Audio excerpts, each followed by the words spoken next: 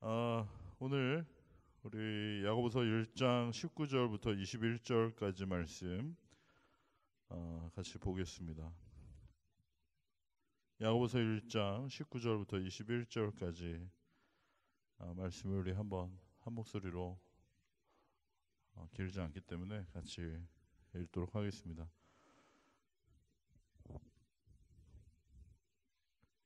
다 같이 읽을까요? 시작.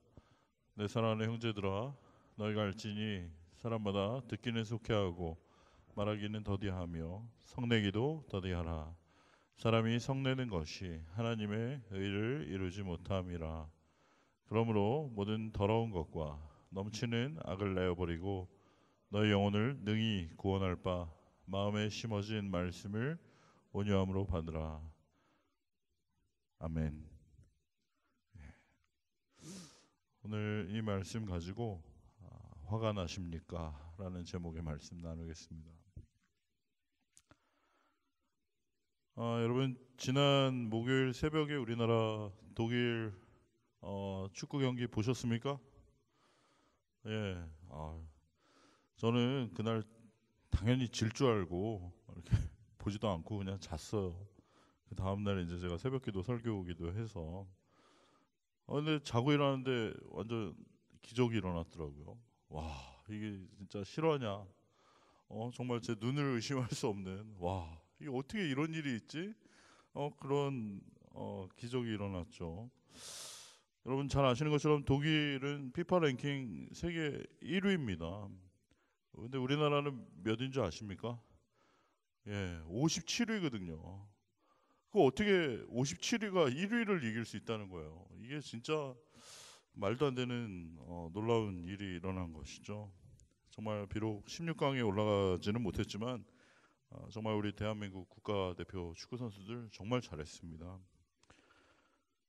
그런데 이제 여러분 잘 아시는 것처럼 이 바로 앞에 경기였던 그 멕시코 경기, 그것을 마치고 나서 이제 우리나라 국가대표 축구 선수들에게 막 실망하고 막 화가 난 우리 대한민국 국민들이 막 온갖 비난과 막 저주를 막 다 쏟아부었죠.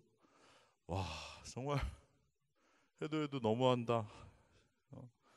정말 Fast and Furious 분노의 제국에 있는 것 같은, 와, 정말 그 마녀 사냥이 있었습니다. 누구누구 때문이라고 막 그 어떤 사람을 이제 지목해서 우리는 그 분노를 표출하는 것들, 그런 게 굉장히 지금 익숙해져 있는 세상입니다. 뭐 신태용 감독의 그 전술에 대한 불평 불만이 뭐 말도 못했고, 특별히 그 수비 실수를 반복했던 그 장현수 선수를 향한 그 축구 팬들의 분노는 아주 상상을 초월할 정도였어요. 여러분 정말 장현수 선수가 몇 년생인 줄 아십니까? 91년생이에요. 여러분 중에 91년생 있으시죠? 그냥 여러분 친구들이에요. 그런데 그 장현수 선수를 향해서 그냥 완전히 엄청난 그 비난과 분노가 쏟아지니까 말이죠. 그 장현수 선수가 저는 굉장히 걱정되고 안타까운 그런 마음이 이제 들더라고요. 뭐 박지성 해설위원이 그렇게 얘기했죠. 저 아쉬운 판단 두 개가 없었으면 충분히 승리할 수 있었을 텐데, 누구의 아쉬운 판단입니까? 장현수 선수의 아쉬운 판단. 이영표 선수 해설위원은 그렇게 얘기했어요. 여기선 태클할 필요 없이 그냥 앞에 막아주기만 하면 되는데, 어린 선수들도 보고 있는데 기본이 안 돼 있습니다. 누구 기본이 안 돼? 장현수 선수 기본이 안 돼 있다. 뭐 안정환 해설위원도 뭐 전반도 그렇고 후반도 그렇고 태클해야 할 타이밍에 해야 되는데 자꾸 하지 말아야 할 타이밍에 태클하고 있다고 막 이러면서 막 계속해서 모든 비난과 막 분노가 그 장현수 선수에게 그냥 쏟아부어지는 거죠. 그 청와대 국민청원 올리는 게 있는데 거기도 뭐 별의별 이야기들이 다 올라갔다 그래요. 뭐 대한민국 축구 국가대표 장현수 퇴출시켜 주세요. 장현수 슬라이딩만 해서 한국까지 오게 해주세요. 한국 축구에 4년을 말아먹은 장현수 10년간 입국 금지하게 해주세요. 장현수와 장현수 가족 싹 다 대한민국에서 추방해 주세요. 장현수 국적을 멕시코로 바꿔주세요.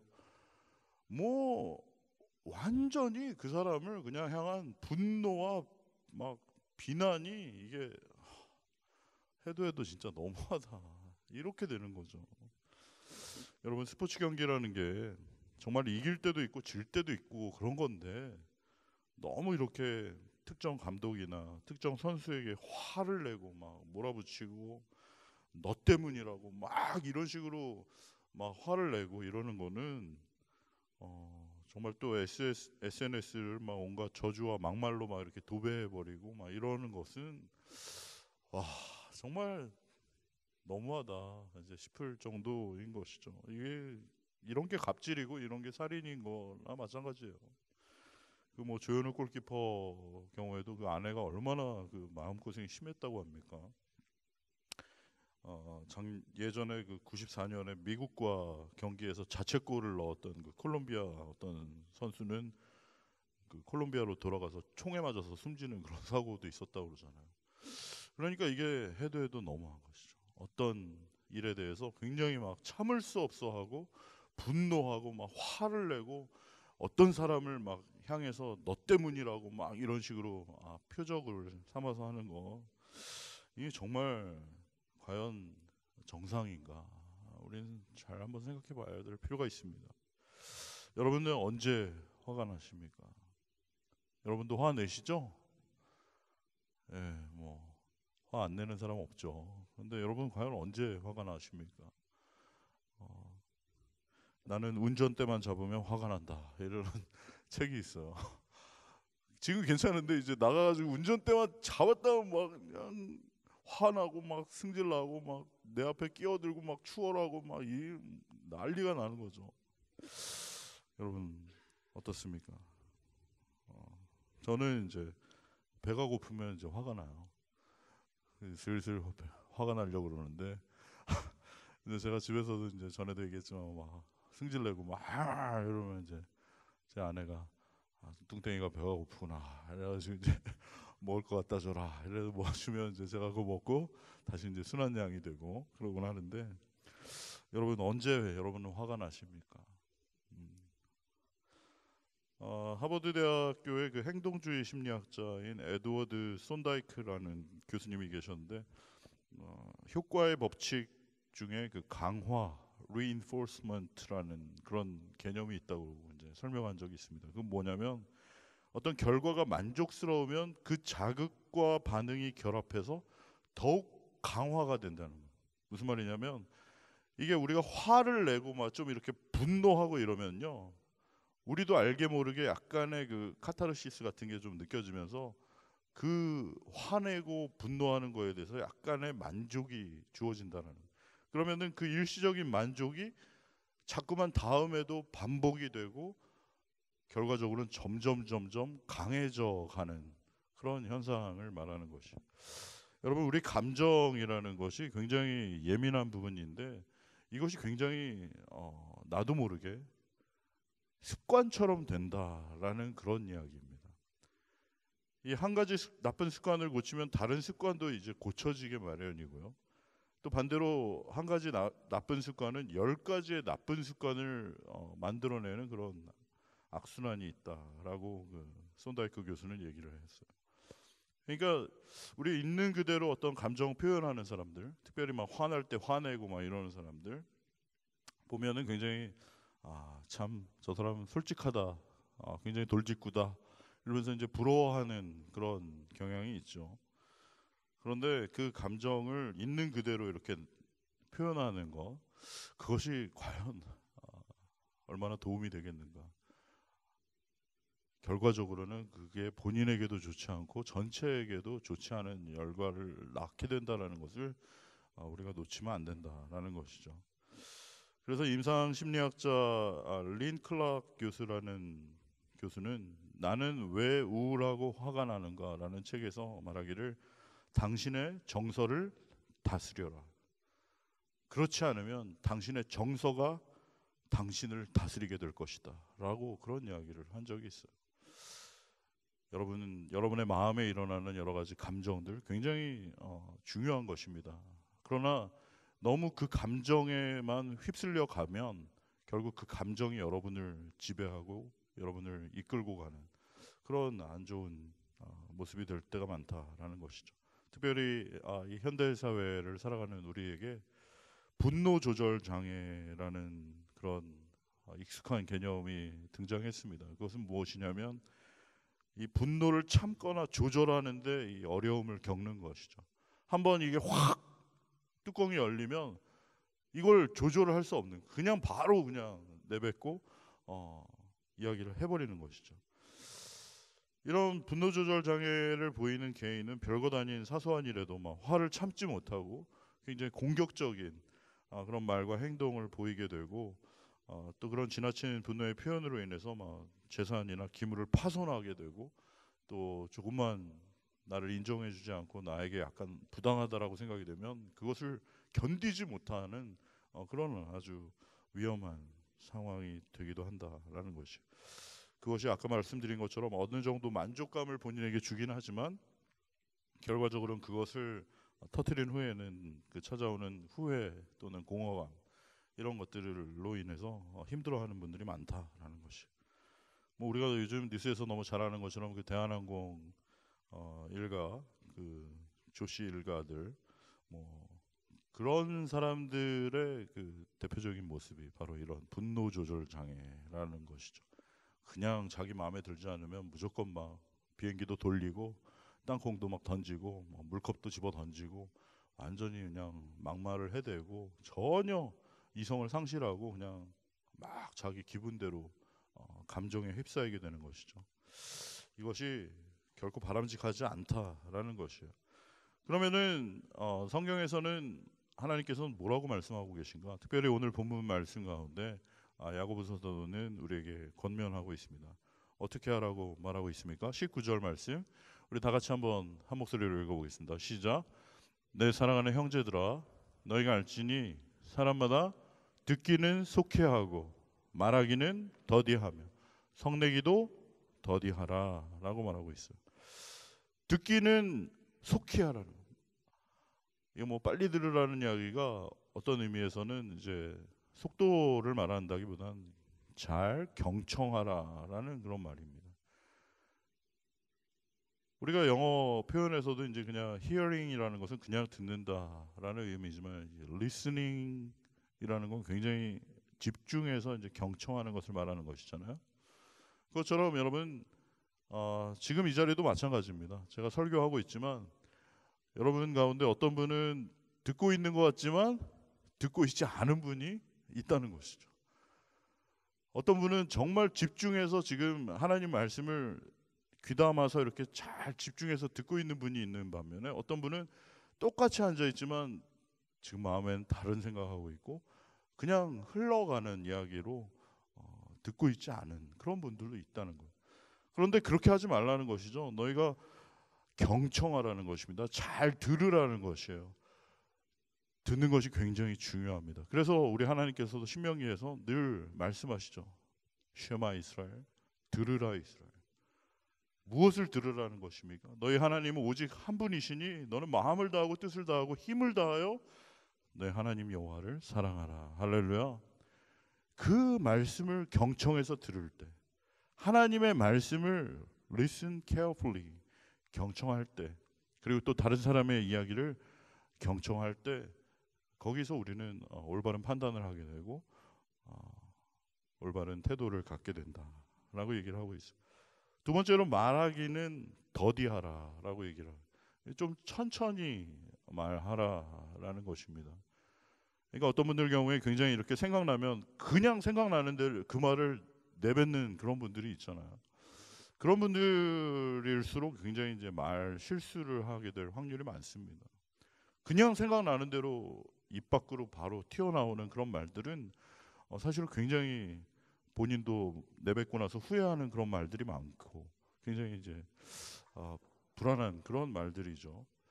그러니까 그렇게 말하지 말고 내뱉지 말고 한 번 정도 좀 생각을 하고 말하라라는 그런 이야기입니다. 심리학에는 3초의 법칙이라는 게 있어서 뭘 이렇게 말하려고 해도 바로 얘기하지 말고 한 3초만 기다렸다가 말해도 우리 실수의 한 절반은 줄어든다. 그런 말이 있어요. 바로 얘기하지 말고 하나, 둘, 셋까지만 생각하고 그 다음에 말을 해도 바로 얘기하는 것보다 훨씬 많은 실수를 줄일 수 있습니다. 또 이제 마지막으로 세 번째로는 너희가 성내는 것을 좀 슬로우 다운 해라. 바로 그냥 뚜껑 열려가지고 야 이래가지고 그냥 내뱉지 말고 천천히 그것을 좀 성내는 것을 더디하라라고 하고 있습니다. 이 말은 무슨 말일까요? 성을 낼 수 있다는 걸까요? 없다는 걸까요? 우리 예수 믿는 사람들도 성이 납니까 안 납니까? 화가 납니까 안 납니까? 뚜껑이 열립니까 안 열립니까? 열리죠, 열려. 그런데 그걸 좀 바로바로 그렇게 화내고 막 승질 부리고 그러지 말고 좀 그걸 조금 슬로우 다운 하라는 것이에요. 왜 그럴까요? 20절 말씀 다 같이 한번 읽어보겠습니다. 시작. 사람이 성내는 것이 하나님의 의를 이루지 못하기 때문이다 라고 얘기하고 있어요. 우리가 막 생각나는 대로 말하고 그냥 바로바로 화를 내고 분노를 터뜨리는 것이 정신건강에 안 좋고 다른 사람 불편하게 만드는 그런 수준이 아니라 하나님의 의를 이루지 못한다라고 이야기를 하고 있습니다. 성경에 보면 굉장히 이렇게 뚜껑 열리고 분노를 터뜨렸다가 굉장히 안타까운 삶을 살게 된 사람들이 여럿이 나옵니다. 그 첫 번째로는 이제 창세기 4장에 나오는 가인 경우예요. 우리 창세기 4장 3절부터 10절까지 말씀 우리 한 목소리로 읽어보시겠습니까? 시작. 세월이 지난 후에 가인은 땅의 소산으로 제물을 삼아 여호와께 드렸고 아벨은 자기도 양의 첫 새끼와 그 기름을 드렸더니 여호와께서 아벨과 그의 제물은 받으셨으나 가인과 그의 제물은 받지 아니하신지라. 가인이 몹시 분하여 안색이 변하니 여호와께서 가인에게 이르시되 내가 분하여 함은 어찌 됨이며 안색이 변함은 어찌 됨이냐. 내가 선을 행하려면 어찌 낯을 들지 못하겠느냐. 선을 행하지 아니하면 죄가 문에 엎드려 있느니라. 죄가 너를 원하나 너는 죄를 다스릴지니라. 가인이 그의 아우 아벨에게 말하고 그들이 들어 있을 때 가인이 그의 아우 아벨을 쳐 죽이니라.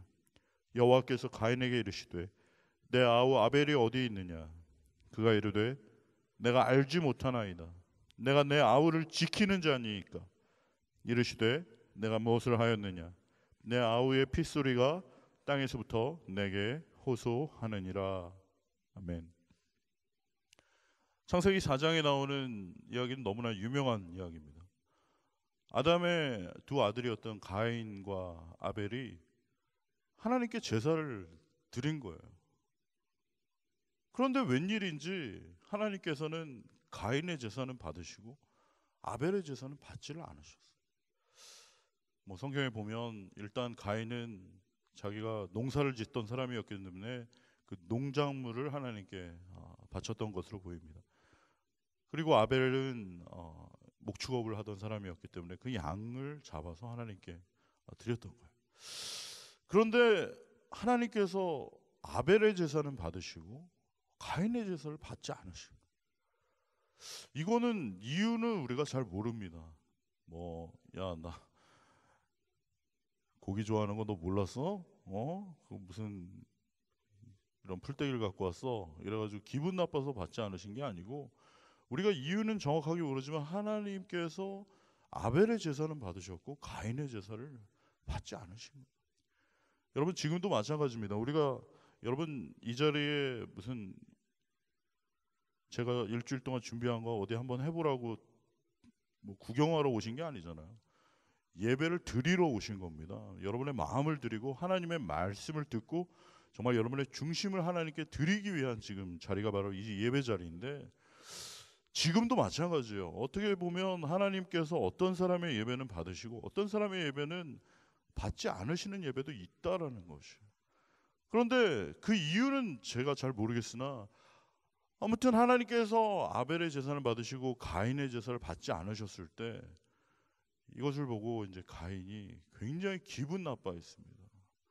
그리고 성경 말씀에 5절에 보면 몹시 분하여 안색이 변했다라고 얘기를 하고 있어요. 여러분 우리 경우에도 그렇죠. 제일 기분 나쁘면 이제 반응하는 곳이 바로 우리 얼굴이에요. 우리 얼굴 표정이 바뀌는 것이죠. 너 화났니? 아니 나 안 났어.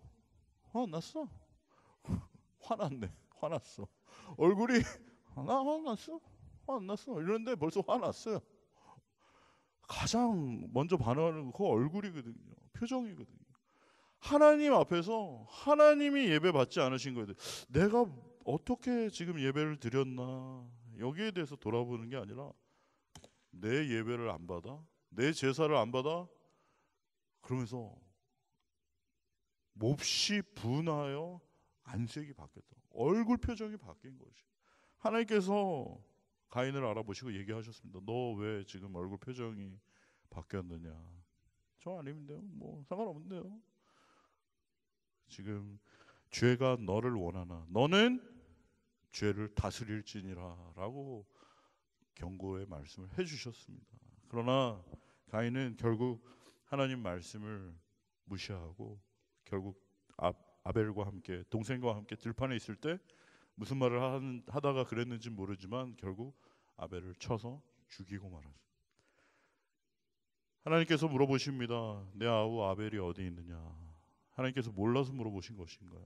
다 알고 계십니다. 다 보셨어요. 그런데 지금 가인이 하는 대답을 보십시오. 내가 알지 못합니다.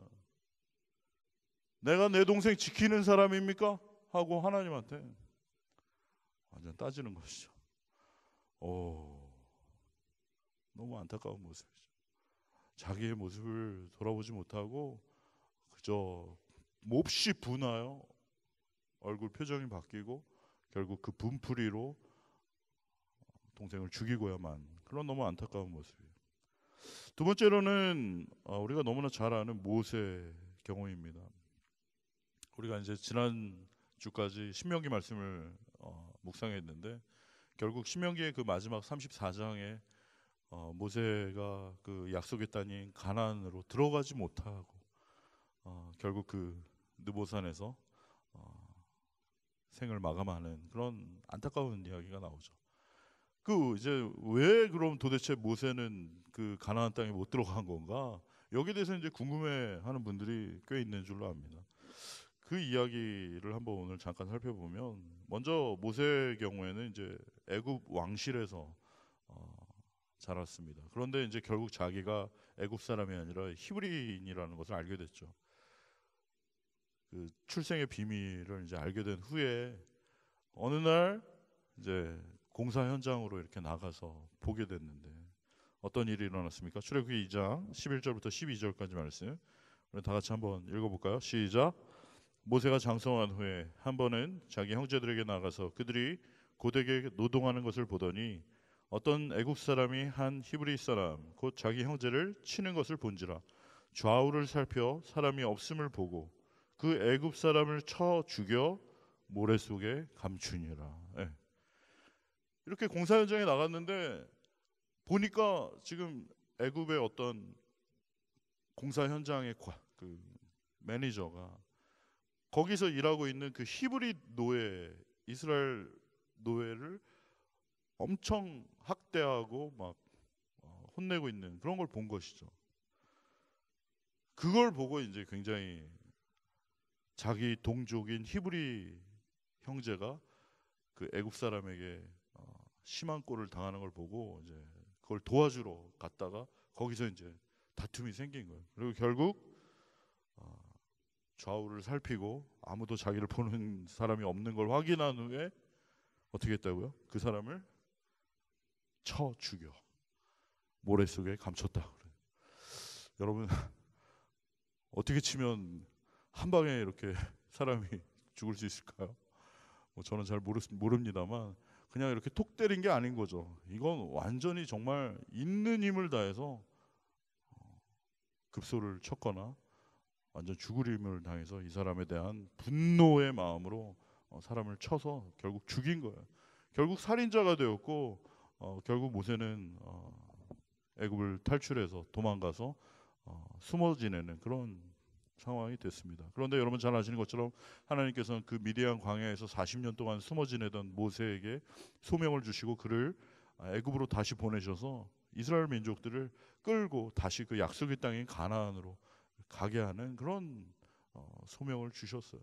그런데 여러분 잘 아시는 것처럼 그 이스라엘 백성들을 데리고 곧장 적과 꿀이 흐르는 가나안 땅으로 들어간 것이 아니라 그들이 또 40년 동안 광야에서 아무것도 없는 광야에서 이제 광야 생활을 하게 되는 거예요. 특별히 이제 시내산에서 그들이 하나님과 언약을 맺게 되는 그때에 모세가 이제 너희들 여기 있어라, 내가 지금 올라가서 하나님께 말씀을 듣고 오겠다 해가지고 이제 산으로 올라갔는데, 산에 올라갔는데 하루가 지나도 안 오고 이틀이 지나도 안 오고 일주일이 지나도 안 오고 결국 40일이 지나도록 오지 않자 이들이 어떻게 했습니까? 금송아지를 만들어서 그 금송아지에게 이제 절을 하기 시작했던 거예요. 그때 장면이 이제 출애굽기 32장 15절부터 19절 말씀에 나오는데 우리 한번 다 같이 읽어보겠습니다. 시작. 모세가 돌이켜 산에서 내려오는데 두 증거판이 그 손에 있고 그 판의 양면 이쪽 저쪽에 글자가 있으니 그 판은 하나님이 만드신 것이요 글자는 하나님이 쓰셔서 판에 새기신 것이더라. 여호수아가 백성들의 요란한 소리를 듣고 모세에게 말하되 진중에서 싸우는 소리가 나나이다. 모세가 이르되 이는 승전가도 아니고 패하여 부르짖는 소리도 아니라 내가 듣기에는 노래하는 소리로다 하고 진에 가까이 이르러 그 송아지와 그 춤추는 것을 보고 크게 노하여 손에서 그 판들을 산 아래로 던져 깨뜨리니라. 여러분 모세가 하나님의 말씀을 받아서 그 십계명을 받아서 돌판 2개를 들고 그 산을 내려오고 있는데 밑에서 엄청난 소리가 나고 있는 거예요. 알고 보니까 그들이 어떤 일을 저지른 것입니까? 금송아지를 만들어 놓고 그 금송아지에게 절하며 우상을 숭배하고 있는 장면을 보게 된 거죠. 이 금송아지가 바로 우리를 여기까지 인도하신 하나님이라면서 하나님이 제일 싫어하시는 그 우상 숭배를 하고 있는 그 장면을 보았을 때 모세가 어떻게 했어요? 들고 있던 이 두 돌판을 그냥 성경에 보니까 산 아래로 던져 깨뜨렸다라고 하고 있어요. 와, 이게 정말 대단하죠. 그 돌판 누가 주신 겁니까? 하나님이 주신 거야. 하나님이. 하나님이 친히 그 돌에 새겨서 주신 건데 얼마나 이거 귀한 겁니까? 저 같았으면은 살짝 여기 옆에다 내려놓고 야 너네 지금 뭐 하는 거야 이렇게 할 텐데 와 모세는 혈기가 대단했어요. 사실 굉장히 다혈질이고 아주 마음이 그냥 분노가 치밀어 오르는 이런 사람이었던 거예요. 그러니 백성들의 그 모습을 보고 그냥 하나님이 준 거고 뭐 할 거냐 확 집어던지고 그냥 백성들을 막 꾸짖었던 것이죠. 사람도 죽였으니 얼마나 모세가 이 불이 일어나는 그런 사람입니까? 정말 다혈질이고 아주 베드로 못지않게 아주 맹렬한 아주 그런 급한 성격을 가지고 있는 그런 사람이었던 것입니다.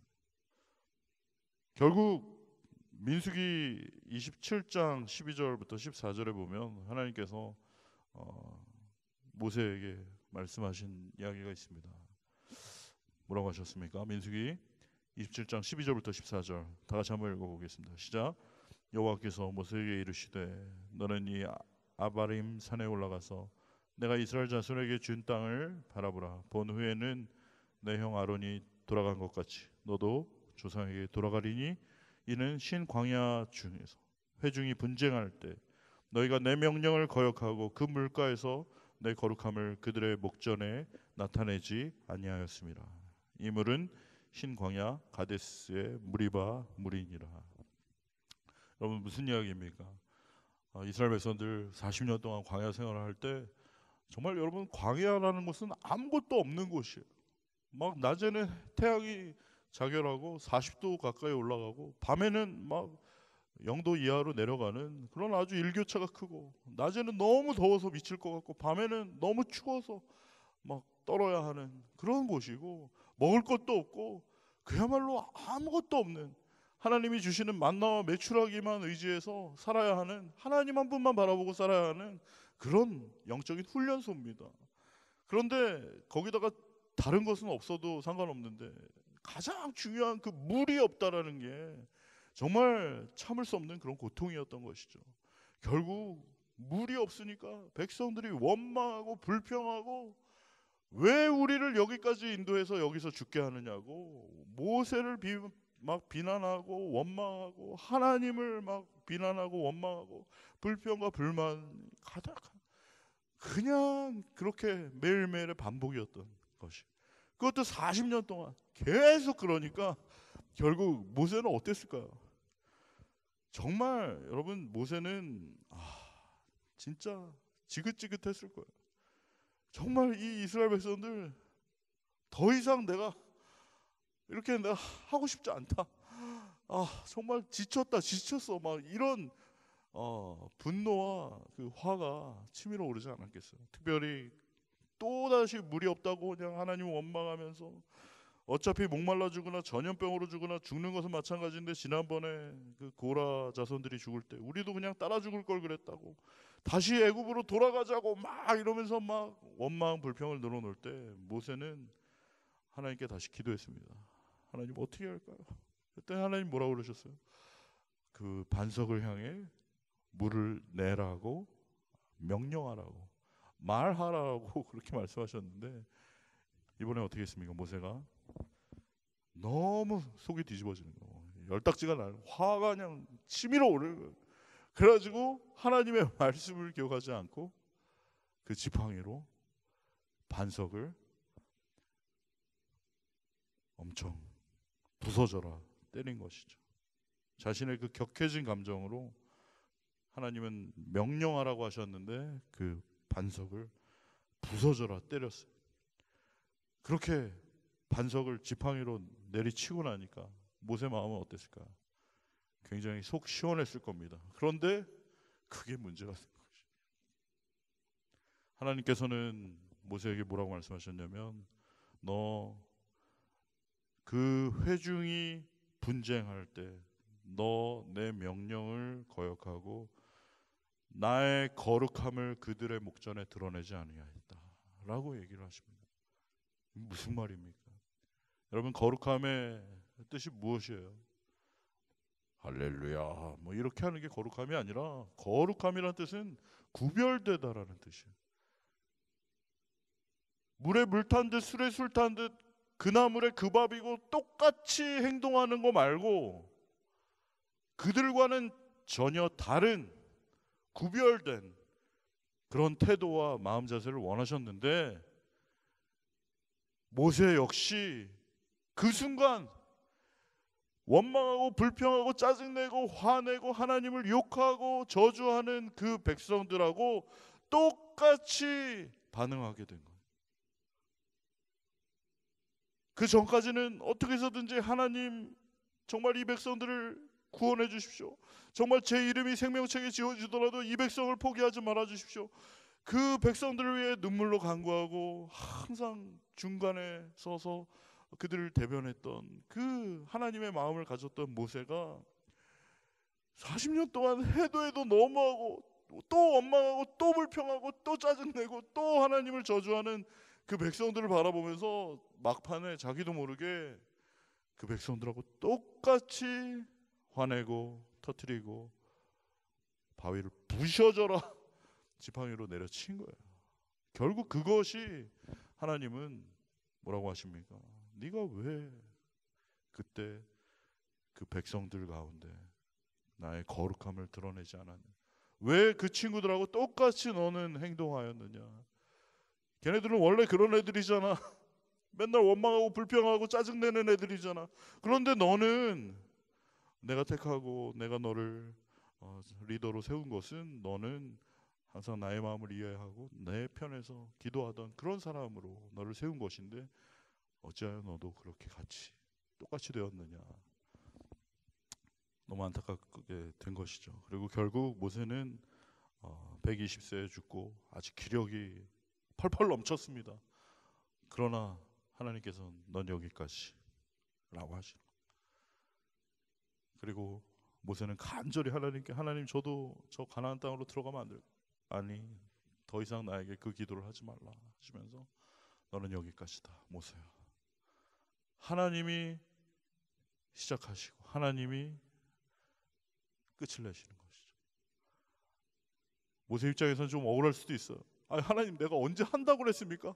나 하기 싫다고 그렇게 얘기했는데도 가라고 그래가지고 결국 처음에 시키더니 지금은 나 지금 아직도 힘이 넘치고 여전히 내가 그 가나안 땅에 가서 잘할 수 있는데 이제는 멈추라니요. 하나님 정말 너무하신 거 아니에요? 또 하나님께 화를 내요. 그러면 안 되죠. 모세는 거기서 순종했습니다. 하나님 알겠습니다 하고 결국 모세는 그 가나안 땅을 다 바라보고 느보산에서 하나님께서 데려가신 것이죠. 사랑하는 청년 여러분, 우리의 처음과 마지막이 우리 하나님께 있는 줄로 믿습니다. 우리의 시작과 끝은 하나님께만 있는 줄로 믿습니다. 하나님이 시작하면 준비가 안 됐어도 시작이에요. 아멘이십니까? 하나님이 여기까지 그만하면 아직도 힘이 남아있어도 그만입니다. 철저하게 하나님의 말씀에 가라고 하시면 가고 서라고 하시면 서는 사람, 그 사람을 바로 온유한 사람이다 라고 얘기를 하는 것이. 그래서 민수기 말씀에 보면 모세는 지면에 있는 모든 사람보다 온유함이 승하였다라고 성경은 기록하고 있어요.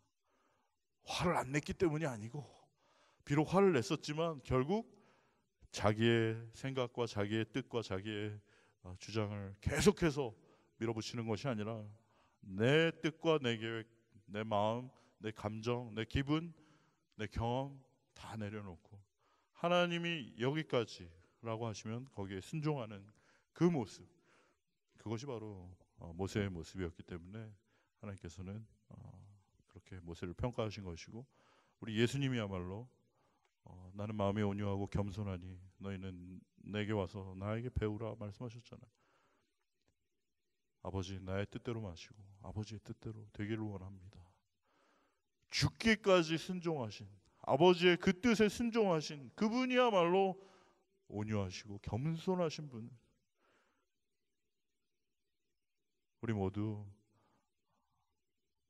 온유하고 겸손한 하나님의 사람들 다 되기를 주의 이름으로 축원합니다. 내 마음대로, 내 생각대로, 내 기분대로, 내 혈기대로, 내 감정대로 다 쏟아붓고 그런 내가 뒤끝은 없어 막 이런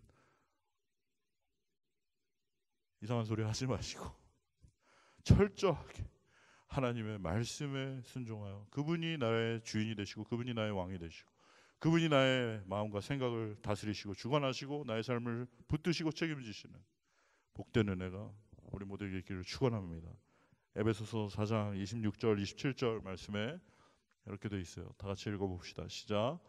분을 내어도 죄를 짓지 말며 해가 지도록 분을 품지 말고 마귀에게 틈을 주지 말라. 아멘이십니까? 여러분 어떻게 하다 보면 좀 화가 날 수 있어요.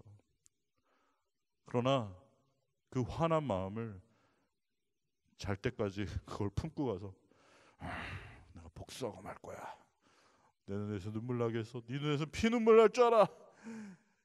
내가 갚아버리겠어. 2배로 10배로 갚아주겠어. 이런 마음을 품고 있지 말라는 거예요.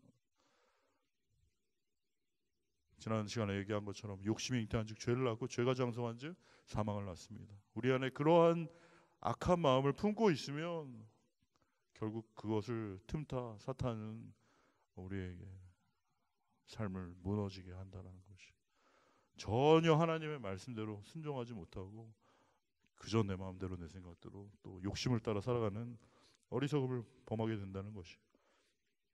사랑하는 성도 여러분, 내 생각대로 안 되는 것 같을 때 화가 나죠.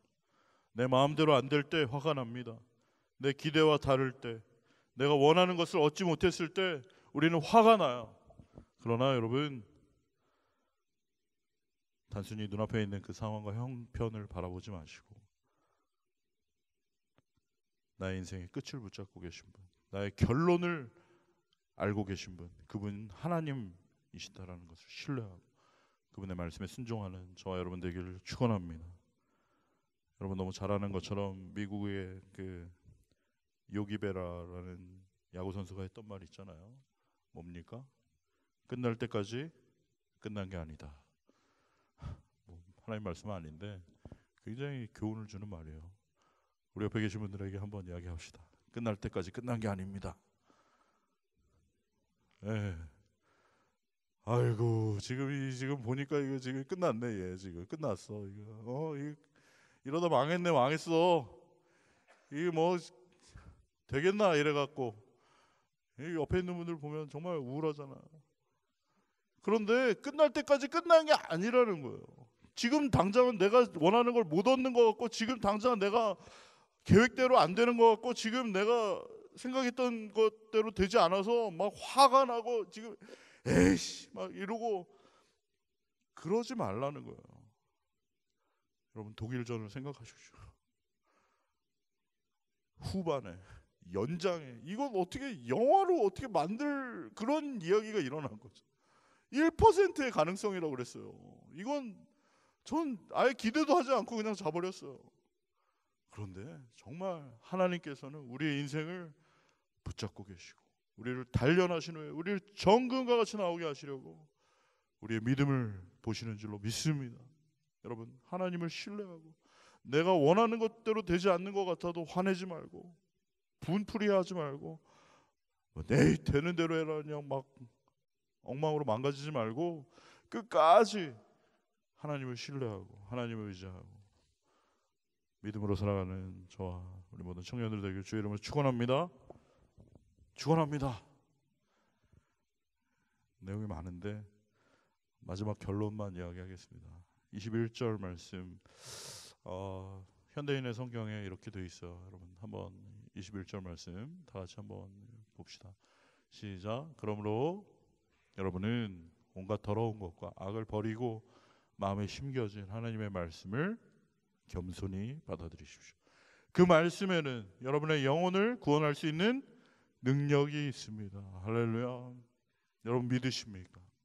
여러분의 안에 있는 온갖 더러운 것, 악을, 잘못된 생각들 다 내어버리고 여러분 지금 마음에 하나님이 주신 하나님의 그 약속의 말씀을 붙잡으시기 바랍니다. 내 눈앞에 있는 상황과 환경 보지 말고 이 약속의 말씀을 붙잡으세요. 그 말씀은 능히 여러분의 영혼을 구원할 수 있는 능력이 있는 줄로 믿습니다. 여러분 오늘 7월 1일이에요. 우리 2018년의 전반전이 끝이 나고 이제 후반전을 앞두고 있습니다. 바로 이제 Just Begin 시작됐어요. 얼마나 결심하기에 좋은 날입니까? 할렐루야. 우리 전반전을 아쉬움이 많고 여러 가지 그런 게 많았더라도 다시 한번 우리의 마음을 새롭게 하고 하나님 제가 주의 말씀대로만 살게 하여 주시옵소서. 날마다 주의 말씀을 읽고 묵상하며 주님 앞에 엎드리고 말씀과 기도로 믿음으로 살아가는 복된 은혜를 저에게 허락하여 주시옵소서. 다시 한번 하나님 앞에 엎드리고 결심하는 그런 은혜가 있기를 바랍니다. 여러분 오늘부터 시작되는 매일 성경 7월호 8월호 다들 구입하셔서 그 말씀 날마다 읽고 그 말씀대로 살아가는 복된 은혜 있기 바라요. 제가 뭐 매일 성경 세일즈하러 나온 거 아니고 너무나 기가 막히게 매일 성경 7월호 우리 시작이 지금 디모데후서입니다. 디모데후서. 바울이 그 아들인 디모데에게 간절히 원했던 것 단 한 가지 하나님 말씀 그것을 잊지 말고 그 말씀을 날마다 기억하라. 마지막으로 우리 한번 다 같이 읽어봅시다. 디모데후서 3장 14절부터 17절까지 말씀입니다. 시작. 그러나 너는 배우고 확신한 일에 거하라. 너는 내가 누구에게서 배운 것을 알며 또 어려서부터 성경을 알았나니 성경은 능히 너로 하여금 그리스도 예수 안에 있는 믿음으로 말미암아 구원에 이르는 지혜가 있게 하느니라. 모든 성경은 하나님의 감동으로 된 것으로 교훈과 책망과 바르게 함과 의로 교육하기에 유익하니 이는 하나님의 사람으로 온전하게 하며 모든 선한 일을 행할 능력을 갖추게 하려 함이라. 할렐루야. 여러분 다시 한번 하나님 말씀으로 돌아오시기 바랍니다. 다시 한번 날마다 하나님 말씀 읽고 묵상하며 그 말씀에 순종하여 살아가기로, 그리고 나의 인생을 주님께 의지하고 주님 앞에 엎드리며 날마다 기도하는 사람을 살아가기로 다짐하는 이 아침, 이 저녁 되길 바랍니다.